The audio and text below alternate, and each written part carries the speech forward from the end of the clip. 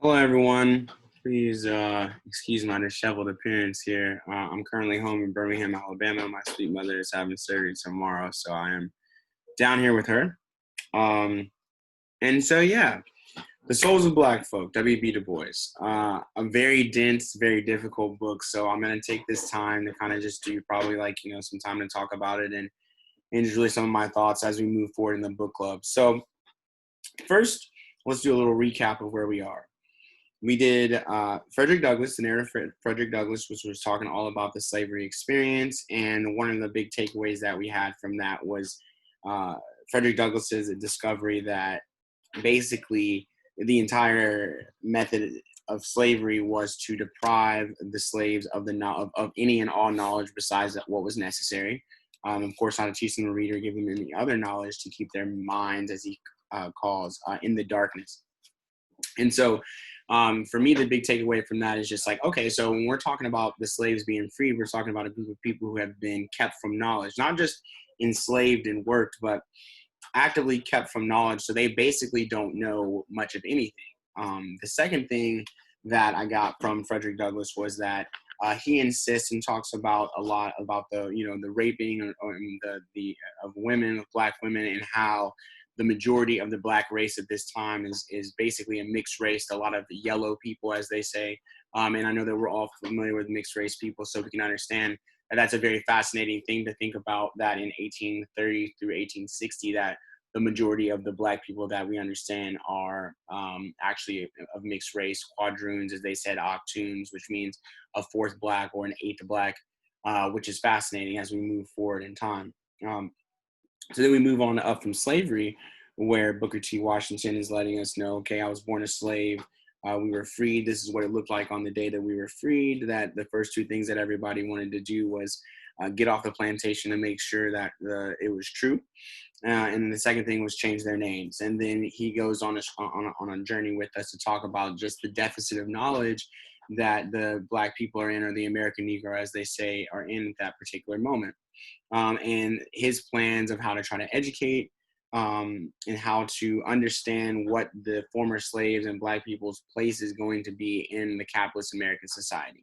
So Booker T. Washington is pitching for basically for the American Negro to do a common thing in an uncommon way in order to give us a niche or a market that the American Negro can be successful at in the American society. And you can look at some of the other immigrant communities that we've had that have basically, have learned or have niche specialties where there are a lot of people in their demographic who do those businesses.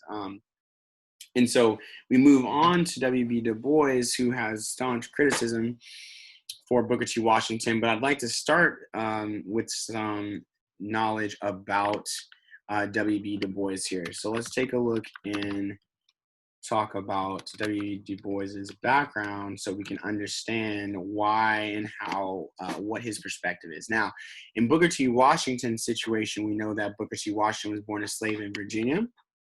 And so he ended up founding Tuskegee Institute in Alabama. So he's a Southerner. And so a lot of the criticism that W.B. Du Bois has towards Booker T. Washington is his capitulation, or his conciliation of the white South, of saying that basically he understands why the white Southerners don't want to be around or with the Black people, because the Black people don't know anything and don't have anything to contribute to the society. Really, they were working, but now, like, what is their purpose? And so Booker T's thing is like, let's find a purpose. W.B. Du Bois, on the other hand, feels that that is not the way to go, because we need to be asking for full rights, for full humanity, because we are human, and without recognizing the fact that we are in fact humans and have a people group, we're doing the same disservice to allow ourselves to continue to look at ourselves as below others. And so let's take a look here at W.B. Du Bois and understand what is going on with my man here.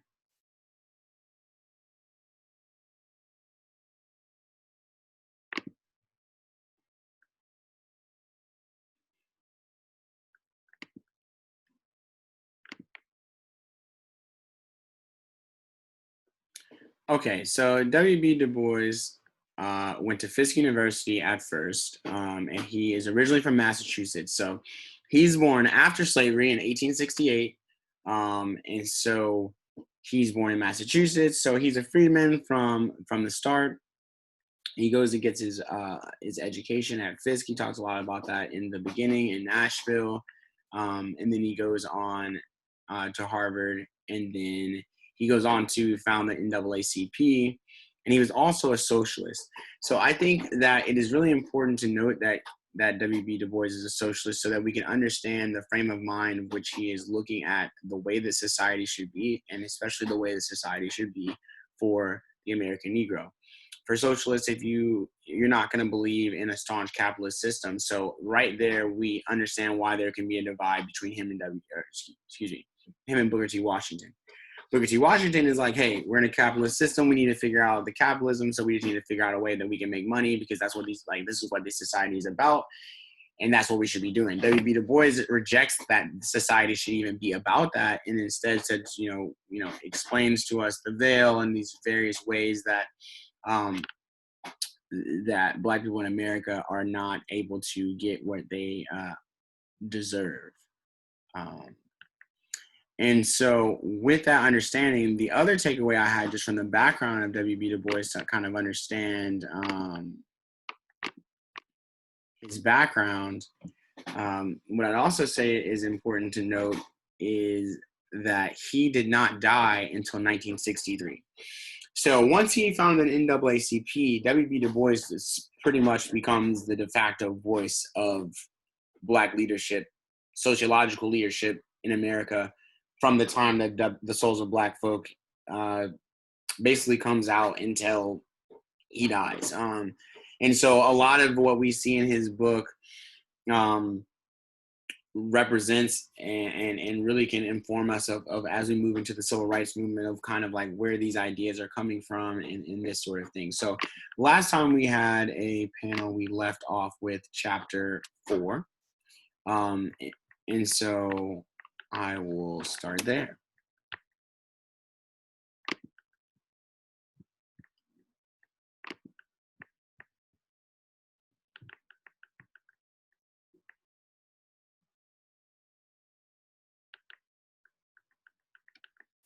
All right. Well, actually, we'll start in chapter 5. So in chapter 5, it's called Of the Wings of Atalanta.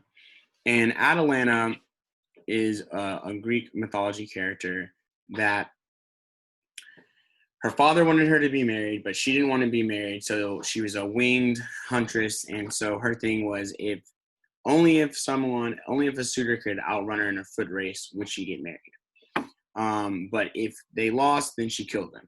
So there was a guy, the grandson of Poseidon, Hippomenes, comes along and he asks Aphrodite for help. Aphrodite gives him 3 golden apples in order to slow Atalanta down, because Atalanta is the gold is irresistible to her.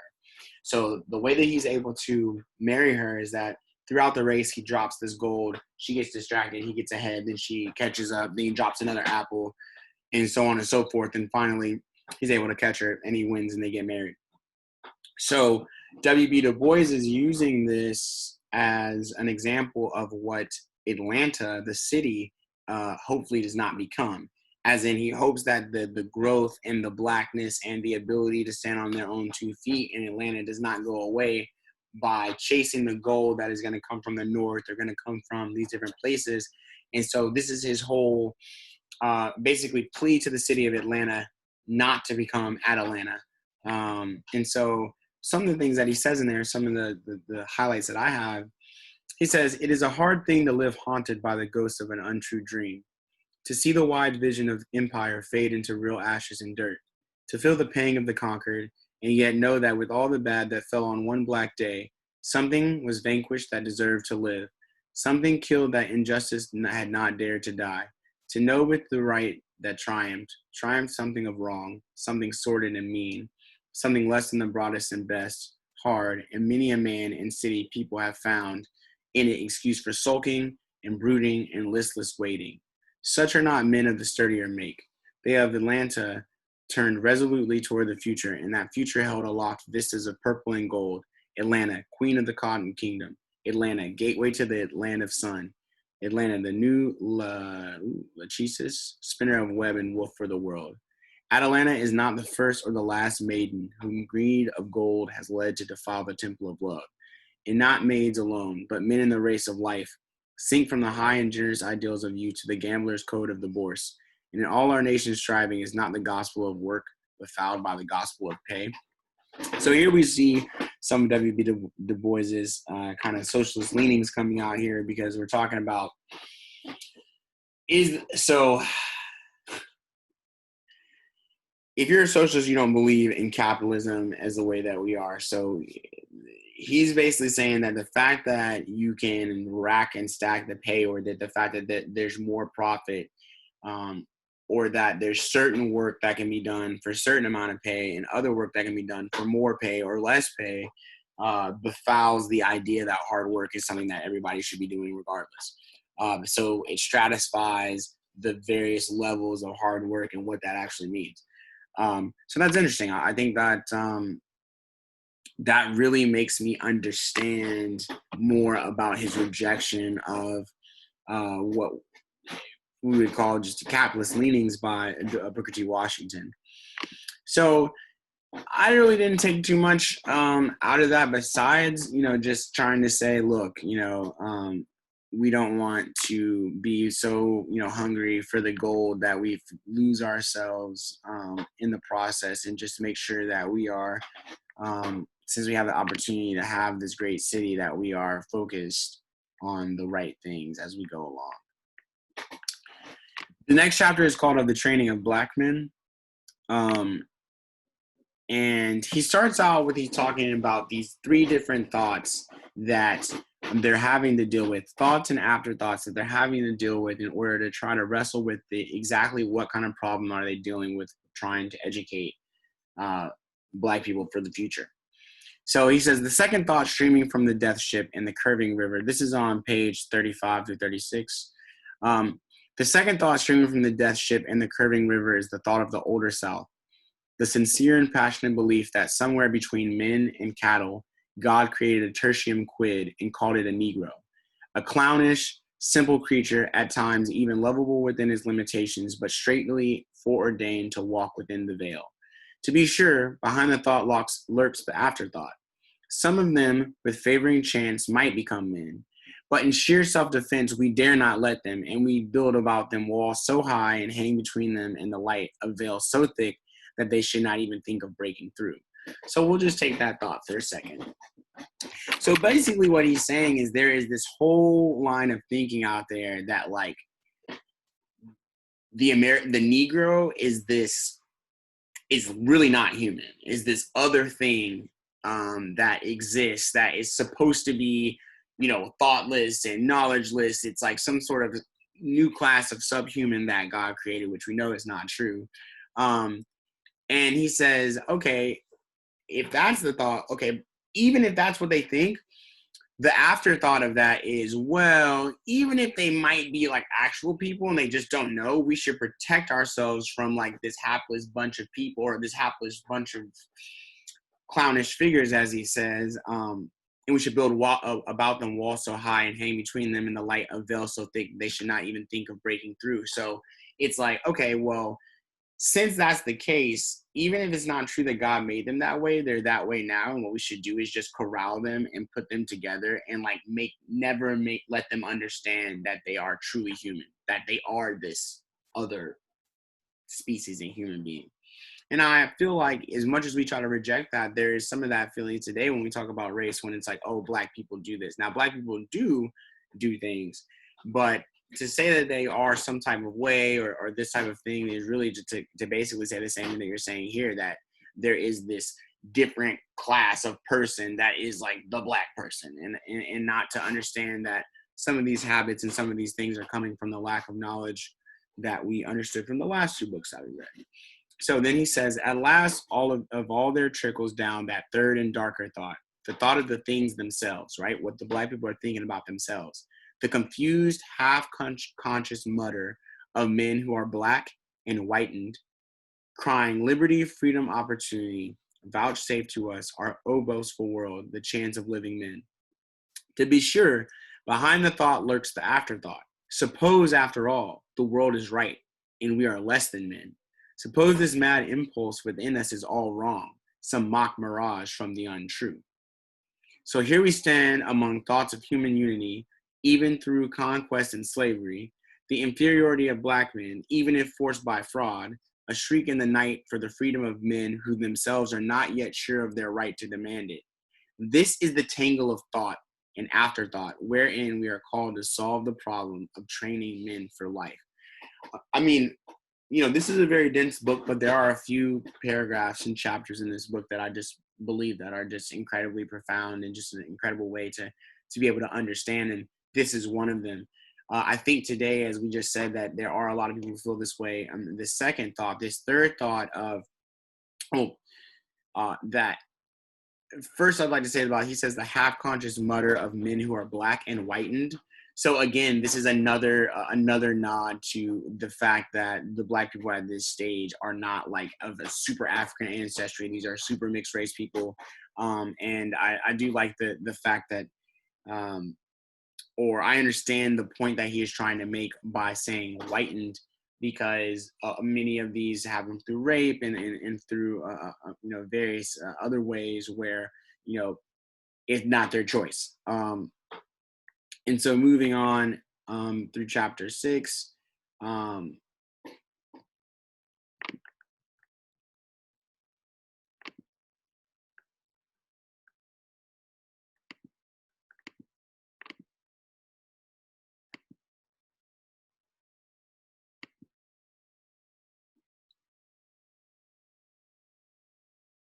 okay, so then he says, again, we may decry the color prejudice of the South, yet it remains a heavy fact. Such curious kinks of the human mind exist and must be reckoned with soberly. They cannot be laughed away, nor always successfully stormed at, nor easily abolished by act of legislature. And yet they must not be encouraged by being let alone. They must be recognized as facts, but unpleasant facts, things that stand in the way of civilization and religion and common decency. They can be met in but one way, by the breadth and broadening of human reason, by catholicity of taste and culture, and so too the native ambition and aspiration of men, even though they be black, backward and ungraceful, must not lightly be dealt with.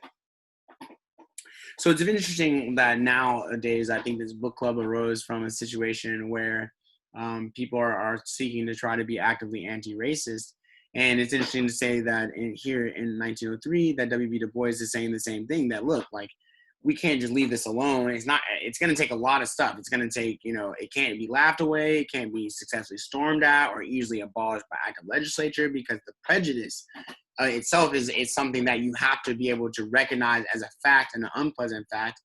And it's something that stands in the way of civilization, religion, and common decency. And so today, a lot of people talk about what can they do to be in the fight. And it says it's these things. It's to make people recognize the fact that they are actively being racist. I have to try to do that all the time in various ways, that I'm like, oh man, I'm being racist. Like, let me stop being racist. Like, I reject this thing that was given to me, that I don't have to live in this. I don't have to support this. I don't have to do this. And so I think it's a great passage here in page 37, page 36, that W.E.B. here is talking about. He says, further, to stimulate wildly weak and untrained minds is to play with mighty fires. To flout their striving idly is to welcome a harvest of brutish crime and shameless lethargy in our very laps. The guiding of thought and the deft coordination of deed is at once the path of honor and humanity. I wanted to take a minute to talk about this because Booker T. Washington in his Atlanta speech also says that, hey, either we're going to deal with this problem, or black people are going to be a third of all of our greatness, or they're going to be a third of like our problem.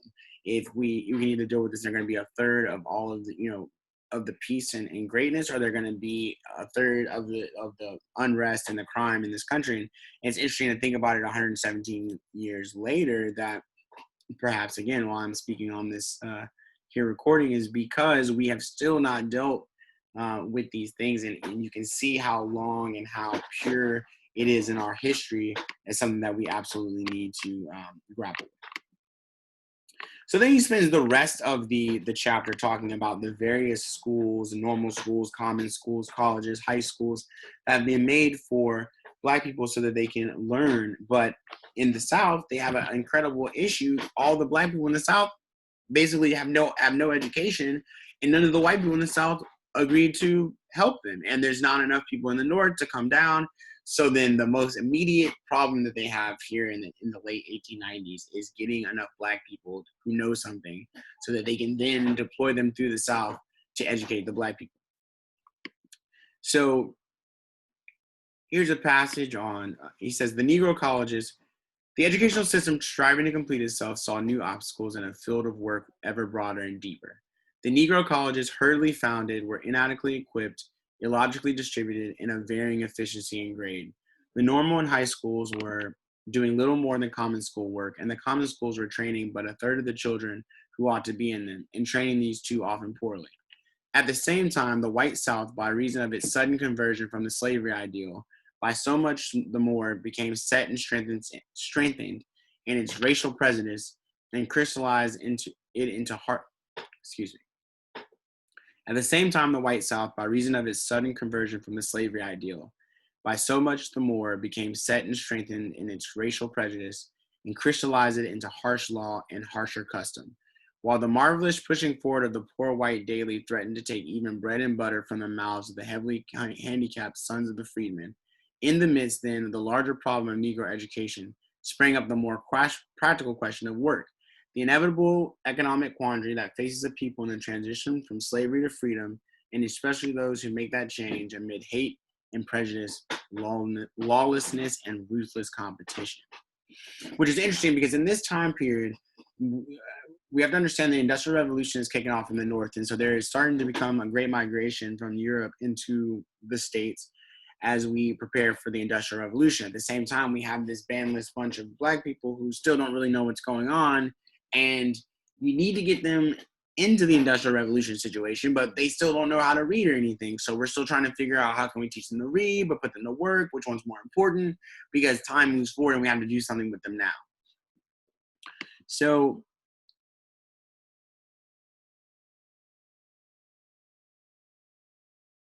okay, so then he says here on page 37, he says, the tendency is here, born of slavery and quickened to renewed life by the crazy imperialism of the day, to regard human beings as among the material resources of a land, to be trained with an eye single to future dividends. Race prejudices, which keep brown and Black men in their places, we are coming to regard as useful allies with such a theory, no matter how much they may dull the ambition and sicken the hearts of struggling human beings. And above all, we daily hear that an education that encourages aspiration, that sets the loftiest of ideals and seeks as an end culture and character rather than breadwinning, is the privilege of white men and the danger and delusion of Black. I'd like to talk about this one. Let me read this again.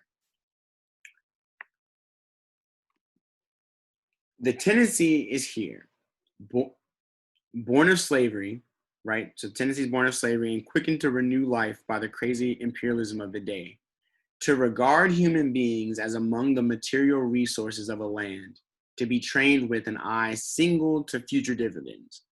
Race prejudices, which keep brown and Black men in their places, we are coming to regard as useful allies with such a theory. So, okay, we're racist, and we believe that, okay, we're looking at a country, we want to take this country, and they got like 9 million people, and those 9 million people are Black, so those 9 million people can definitely be slaves. So that's awesome. Or it can definitely be workers. And he says, and above all, we daily hear that an education that encourages aspiration, that sets the loftiest of ideals and seeks as an end culture, seeks as an end culture and character rather than breadwinning, is the privilege of white men and the danger of delusion of Black. So he's telling you here now, like, I mean, even as we're educating these people, they're just like, yo, you need to just be educated enough so that you can go work. You don't need to be educated enough to, like, you know, write a book or like have some type of thoughts. You just need to get, you know, you just need to get them educated enough so they can go and do work. And of course, again, a socialist situation where he's rejecting the entire capitalist idea that you should be looking at people like their money. So then he later says they must So in the South, the mass of the freedmen at the end of the war lacked the intelligence so necessary to modern working men. They must first have the common school to teach them to read, write, and cipher, and they must have higher schools to teach teachers for the common schools. The white teachers who flocked south went to establish such a common school system. Few held the idea of founding colleges. Most of them at first would have laughed at the idea, but they faced, as all men since then have faced, that central paradox of the South, the social separation of the races. At that time, it was the sudden volcanic rupture of nearly all relations between black and white in working government and family life. Since then, a new adjustment of relations in economic and political affairs has grown up. An adjustment subtle and difficult to grasp, yet singularly ingenious, which leaves still that frightful chasm at the color line across which men pass at their peril. Thus, then and now, there stand in the South two separate worlds, and separate not simply in the higher realms of social intercourse, but also in church and school, on railway and streetcar, in hotels and theaters, in streets and city sections, in books and newspapers, in asylums and jails, in hospitals and graveyards.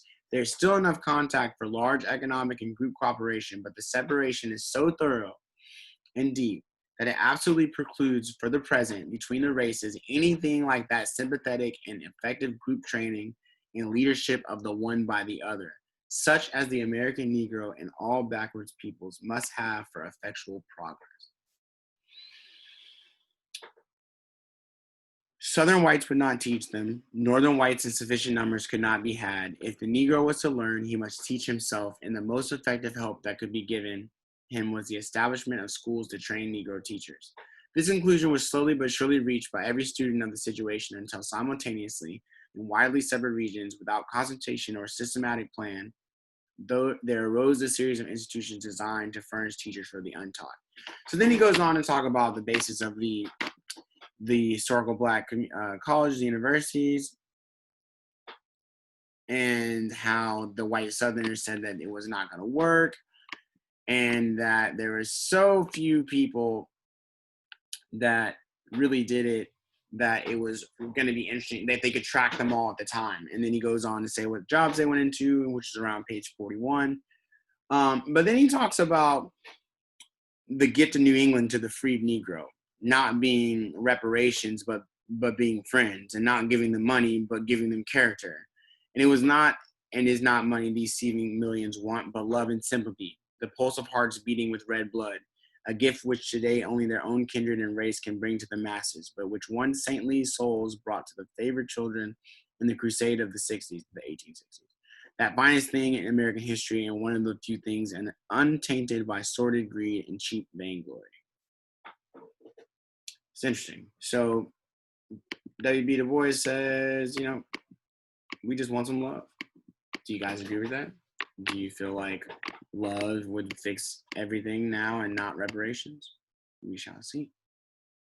So he goes on to talk about the talented 10th. So then after this chapter, we move on to chapter 7 through 10. And chapter 7 through 10 is originally, so 7 and 8 are originally published as one article in World's Work titled The Negro as He Really Is. And it's called, the first one's Of the Black Belt, and the second one is Of the Quest of the Golden Fleece. So of the Black Belt, you're imagining that you are on a train with W.E.B. Du Bois, and he's taking you through the Black Belt of Georgia, and explaining that it's all, all the old plantation houses lie in ruin, and the land is uncared for. Black tenant farmers that are struggling to exist because they're still paying these large mortgages.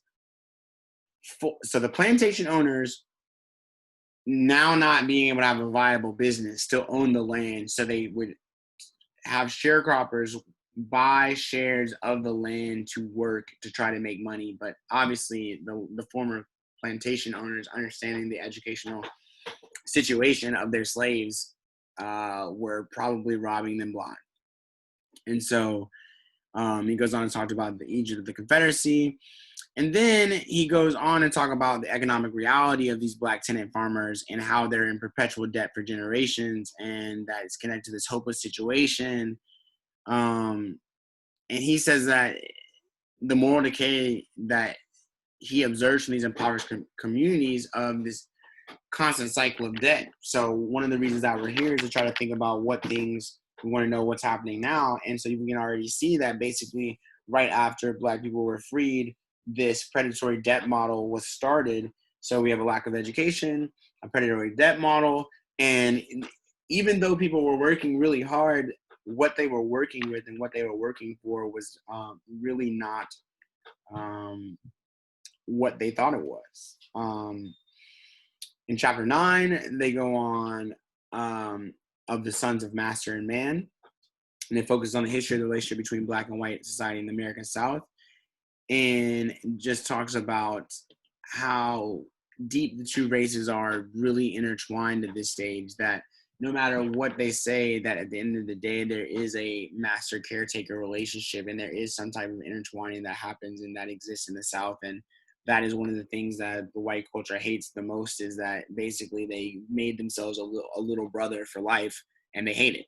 And they're like, no, you're not my brother. I don't like you. I don't want to be with you. And that's the situation. So I would definitely give that one a read for sure.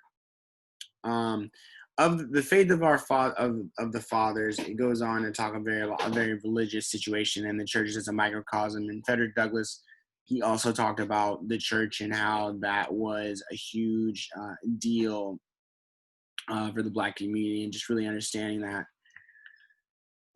So yeah, I mean, other than that, there's some more anecdotes in 12 and 13 and 14. The other thing I wanted to say about the souls of Black folk was that in chapter 14, he talks about the sorrow songs again, which we saw in Frederick Douglass and I heard about briefly in Booker T. Washington. So I know that The Souls of Black Folk was a very dense read, and I know that a lot of people may or may not have read it. I did some synopsis on it. I know it's a complicated read, and we've been coming out of summer, but I'd like to get us back on track. And so the next 3 books that we're going to be reading is The Miseducation of the Negro by Carter G. Woodson, which is about, it's written in 1914, and it's about the different things that as this group of people are learning the knowledge that they previously didn't have, like what's the misinformation and what are the things that are tying at and like making this image of self-image and this image of the world difficult for this group of people who are just walking into knowledge. The second book is a novel. Actually, it's historical.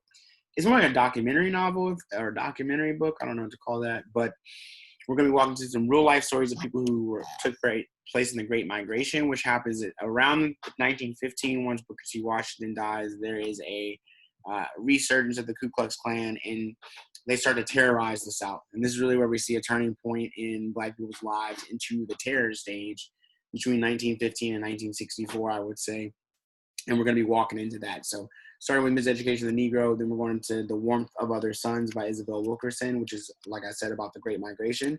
Follows 4 different people moving from the South and ending up in the North, and what their end life ended up being like. And as we see, it's not all roses up there. So we'll see that. And then the last one we'll do for this section will be the autobiography of the Ex-Colored Man, which is a novel, but it's by one of the Harlem Renaissance writers. And so I felt that it was going to be a great example of the art that was going on in that time.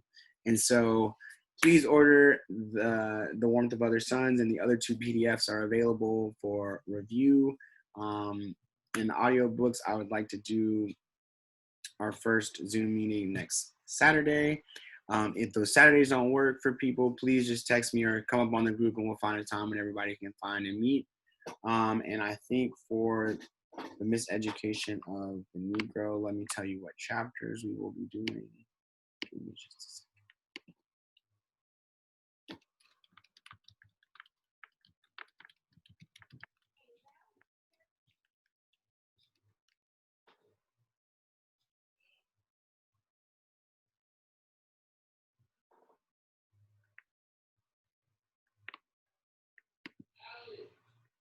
I will post what chapters we're doing.